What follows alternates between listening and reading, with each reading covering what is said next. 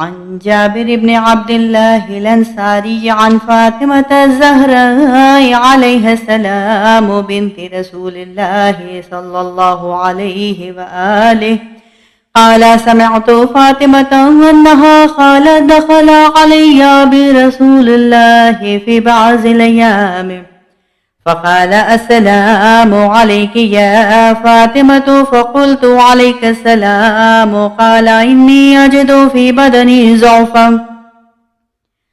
فقلت: لأعوذك بالله يا أبتاه من الضعف. فقال: يا فاطمة ائتيني بالكساء اليماني فغطيني به. فأتيته بالكساء اليماني فغطيته به وصرت أنظر إليه وإذا وجهه يتلألأ كأنه البدر في ليلة تمامه وكماله. فما كانت إلا ساعة وإذا بولدي الحسن قد أقبل وقال: السلام عليك يا أماه. فقلت: وعليك السلام يا قرة عيني وثمرة فؤادي. فقال: يا أماه إني أشم عندك رائحة طيبة كأنها رائحة جدي رسول الله. فقلت: نعم، إن جدك تحت الكساء. فأقبل الحسن نحو الكساء وقال: السلام عليك يا جداه يا رسول الله، أتأذن لي أن أدخل معك تحت الكساء؟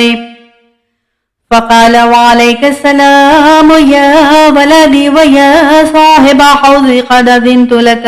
فدخل معه تحت الكساء.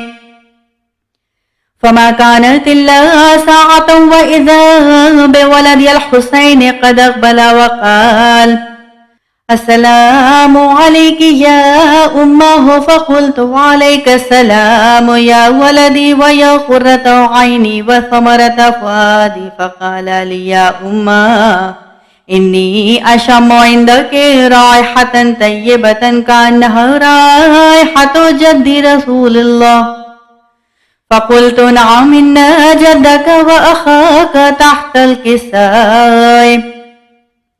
فدنا الحسين نحو الكساء وقال: السلام عليك يا جداه، والسلام عليك يا من اختاره الله، أتأذن لي أن أكون معكما تحت الكساء؟ فقال: وعليك السلام يا ولدي ويا شافع أمتي، قد أذنت لك. فدخل معهما تحت الكساء. فأقبل عند ذلك أبو الحسن علي بن أبي طالب وقال: السلام عليك يا بنت رسول الله. فقلت: وعليك السلام يا أبا الحسن ويا أمير المؤمنين. فقال: يا فاطمة إني أشم عندك رائحة طيبة كأنها رائحة أخي وابن عمي رسول الله. فقلت: نعم، ها هو مع ولديك تحت الكساء. فأقبل علي نحو الكساء وقال: السلام عليك يا رسول الله، أتأذن لي أن أكون معكم تحت الكساء؟ قال له: وعليك السلام يا أخي ويا وصي وخليفتي وصاحب لواء، قد أذنت لك. فدخل علي تحت الكساء.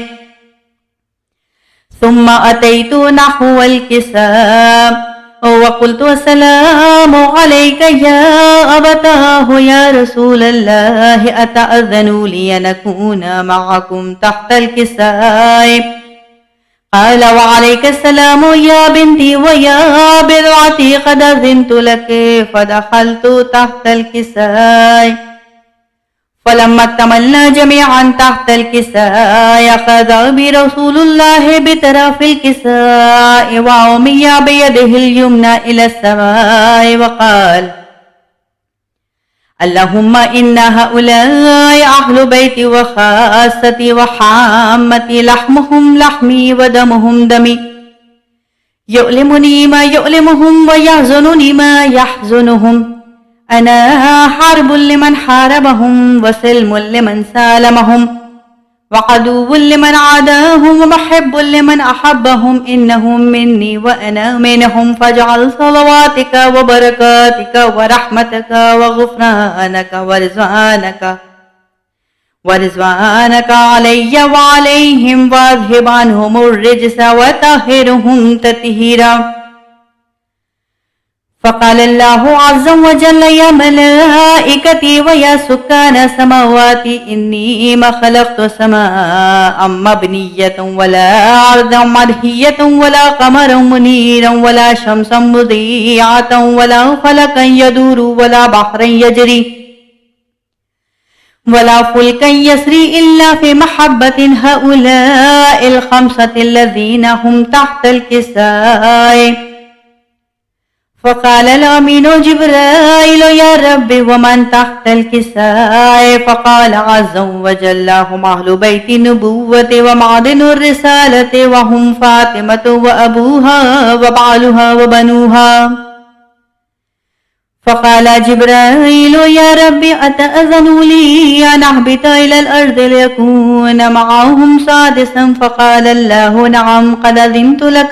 فهبط الأمين جبرائيل وقال السلام عليك يا رسول الله. العلي العالى يقرئك السلام ويقصك بالتحية والإكرام ويقول لك وعزتي وجلالي إني ما خلقت سماء مبنية ولا أرضا مرهية ولا قمرا منيرا ولا شمسا مضيعة ولا فلكا يدور ولا بحرا يجري ولا فلكا يسري إلا لأجلكم ومحبتكم وقد أذنوا لي أن أدخل معكم فهل تأذنوا لي يا رسول الله؟ فقال رسول الله وعليك السلام يا أمين وحي الله إنه نعم قد أذنت لك. فدخل جبرائيل معنا تحت الكساء فقال لأبي إن الله قد أوحى إليكم يقول إنما يريد الله ليذهب عنكم الرجس وأهل البيت ويطهركم تطهيرا. فقال علي لأبي يا رسول الله أخبرني ما لجلوسنا هذا تحت الكساء من الفضل عند الله. فقال النبي والذي بعثني بالحق نبيا واصطفاني بالرسالة نجي ما ذكر خبرنا هذا في محفل من محافل أهل الأرض وفيه جمع من شيعتنا ومحبينا إلا ما نزلت عليهم الرحمة وحفت بهم الملائكة واستغفرت لهم إلى أن يتفرقوا. فقال علي إذا والله فزنا وفاز شيعتنا ورب الكعبة. فقال النبي ثانيا يا علي والذي بعثني بالحق نبيا واصطفاني بالرسالة نجيا ما ذكر خبرنا هذا في محفل من محافل أهل الأرض وفيه جمع من شيعتنا ومحبينا وفيهم مهموم الله وفرج الله همه ولا مغموم إلا وكشف الله غمه ولا طالب حاجة إلا وقضى الله حاجته. فقال علي إذا والله فزنا وسعدنا وكذلك شيعتنا فازوا وسعدوا في الدنيا والآخرة ورب الكعبة.